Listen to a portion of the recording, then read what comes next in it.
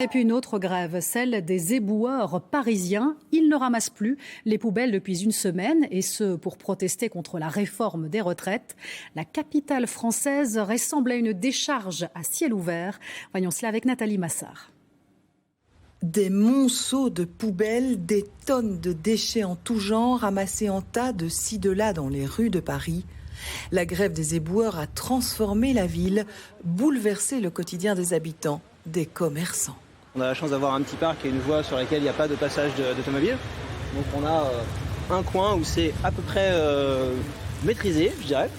Mais c'est évidemment pas optimum. Depuis plus d'une semaine maintenant, les collectes sont à l'arrêt dans la moitié des arrondissements parisiens. Les éboueurs ne veulent pas d'une réforme qui repousserait à 59 ans l'âge de leur retraite, 2 ans de plus qu'actuellement. Réforme adoptée au Sénat français hier et soumise au vote de l'Assemblée nationale jeudi. C'est leur moyen de pression. En même temps, ils sont dans une situation où ils ont un vrai moyen de pression pour la peine.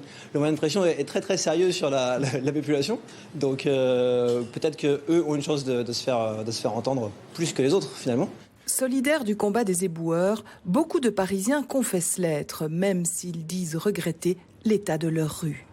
À part les touristes, je pense que tout le monde comprend la situation et tout le monde comprend pourquoi est-ce qu'il y a des poubelles dans la rue. Mais c'est vrai que les touristes, je pense qu'ils sont un peu choqués. Je comprends le mouvement social du côté des éboueurs. D'un autre côté, effectivement, ça laisse les rues dans un état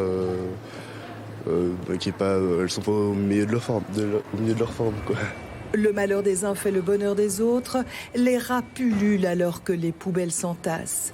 Plus de 5000 tonnes de déchets joncheraient en ce moment les rues, d'après la mairie de Paris.